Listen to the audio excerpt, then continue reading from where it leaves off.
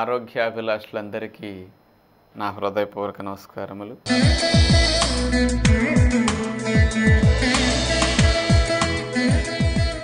ఈరోజు మనం వ్యాధి కాని వ్యాధి ఏదో తెలుసుకోబోతున్నాం.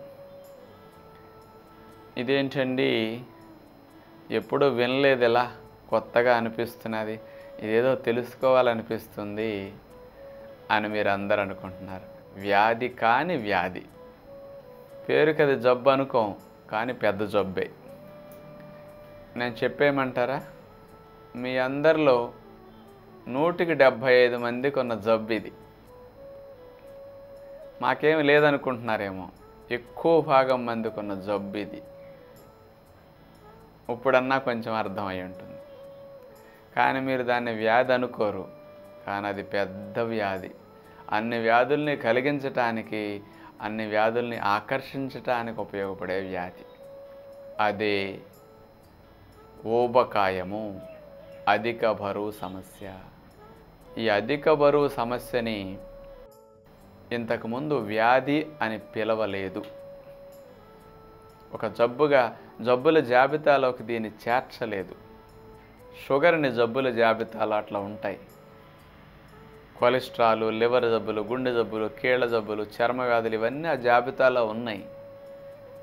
కానీ అధిక బరువు అంటే జీవన శైలి వల్ల ఒక వ్యాధిలా ఒక భాగంలో వచ్చి ఇబ్బంది పెట్టేది కాదు. కాబట్టి దీన్ని వ్యాధుల జాబితాలో చేర్చల. ఏదో 10 కేజీలు 20 కేజీలు ఎక్కువ ఉన్నంత మాత్రాన అదేమి రోగం వల్ల ఈక్వల్గా యూనిఫామ్గా డిస్ట్రిబ్యూట్ అయ్యి ఒక భాగాన్ని డిస్టర్బ్ చేయట్లేదు కదా అని వదిలేశారు. కానీ ఈ మధ్య ప్రపంచంలో ఉండే ప్రముఖ వైద్యులందరూ చేరి ఈ ఊబకాయం వల్లే అన్ని జబ్బులు ఎక్కువ అవుతున్నాయి, అందుకని ఇది వ్యాధి కాని వ్యాధి అని వ్యాధుల జాబితాలో చేర్చటం.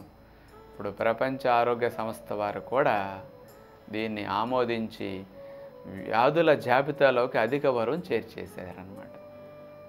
అందుకని మీకు ఉండవలసిన బరువు కంటే 10 కేజీలు ఎక్కువ ఉంటే, అంటే మీకు పుస్తకాల్లో కొన్ని లెక్కలు ఇస్తారండి, ఎత్తు తగ్గట్టు బరువు ఇచ్చే కొలతల విషయాల్లో మినిమం మ్యాక్సిమం అని ఒక కొలత ఉంటుంది. మీరందరూ ఒరిజినల్గా అసలు తీసుకోవాల్సింది మినిమంని, మ్యాక్సిమం కాదు. ఇప్పుడు నా ఎత్తుకి 58 కేజీల నుంచి 68 కేజీలు అని ఉంటుంది.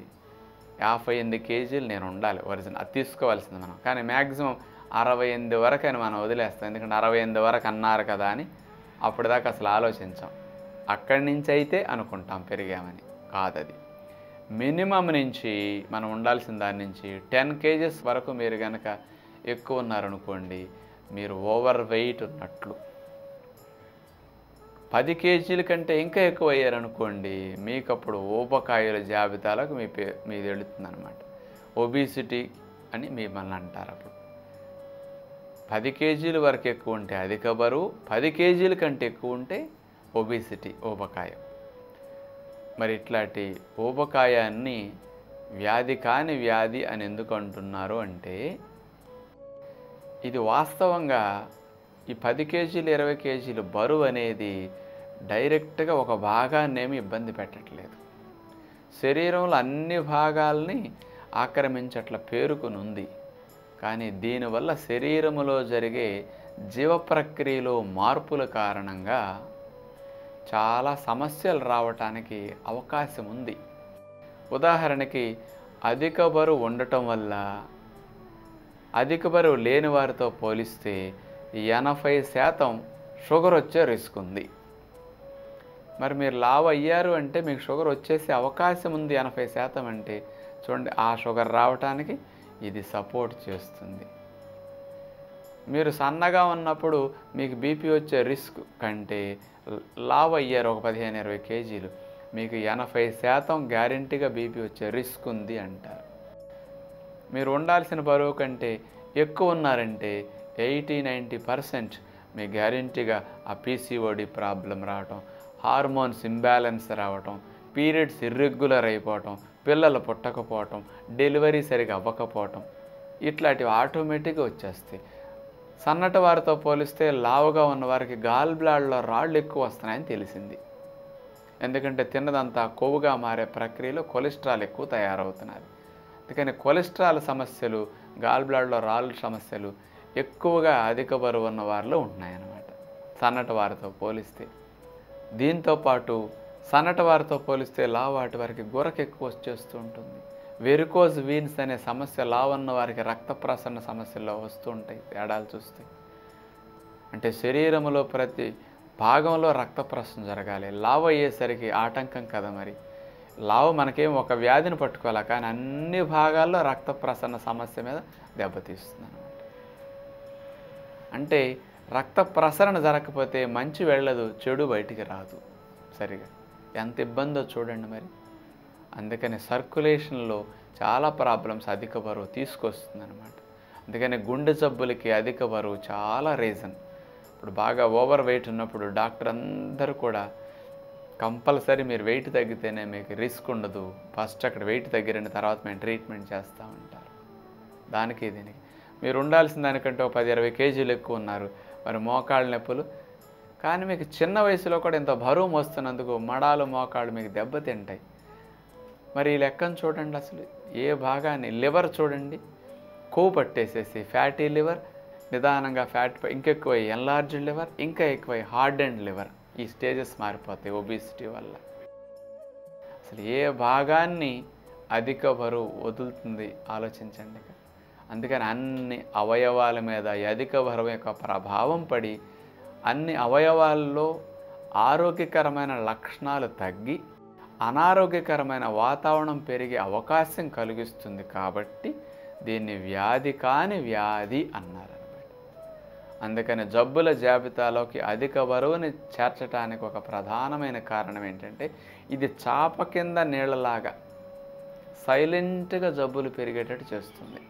కానీ అది చాప కింద నీళ్ళంటే మీకేం కనిపించవు, కానీ కింద సీటు తడిచాక ఓ తడిచిందే అనుకుంటారట.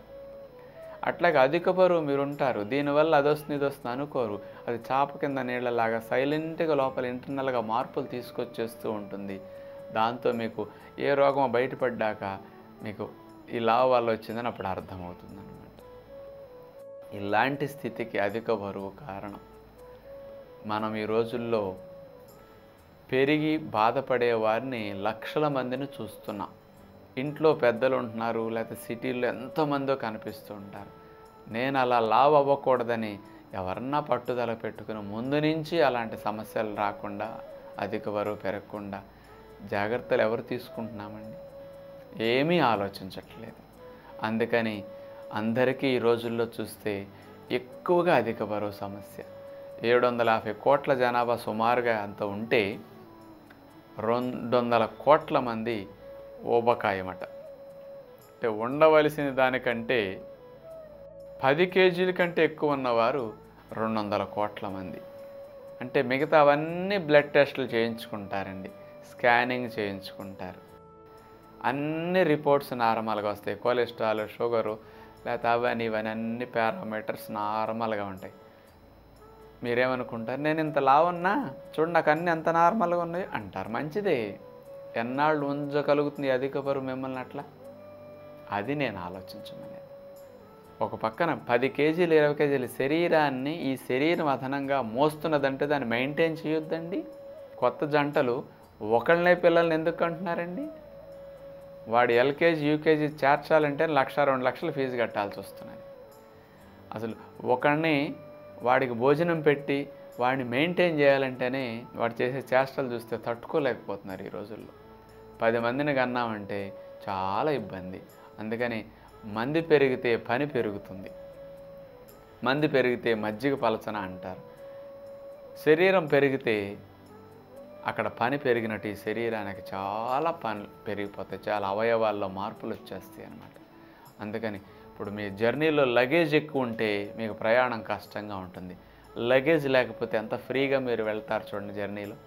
అలాగే లెస్ లగేజ్ మోర్ కంఫర్ట్ అంటారు. అందుకని ఎంత సన్నగా స్లిమ్గా ఉంటే ఆరోగ్యానికి అంత మంచిది. పెద్దలుగా మనం ఈ ఆలోచన చేసి పిల్లలకి ఎప్పుడూ బరువు పెరగకుండా మీరు కంట్రోల్ చెయ్యాలి. అలాంటి అలవాట్లు చెప్పాలి, ఆహార నియమాలు మార్చుకోవాలి. అలాంటి ఆహారపు అలవాట్లే పెద్దలుగా తింటూ మన కళ్ళెదురుగుండా వాళ్ళకి కనిపించేట్టు చేస్తే వాళ్ళల్లోనూ మార్పులు వస్తాయి. అందుకని ఇది మనం లావు అయ్యి మన పిల్లల్ని లావుగా చేసేసి ఫ్యామిలీ అంతా ఊబకాయమేనండి అనే స్థితి రాకూడదు. దాని నుంచి బయటపడాలంటే మనలో మార్పు రావాలి. అందుకని ముందు రావాల్సింది ఇక్కడ, తర్వాత ఇక్కడ ఆటోమేటిక్గా వచ్చేస్తుంది అన్నమాట. అందుకని అన్ని జబ్బులకి ఆహ్వానాన్ని పంపించే అతిపెద్ద జబ్బు ఊబకాయం.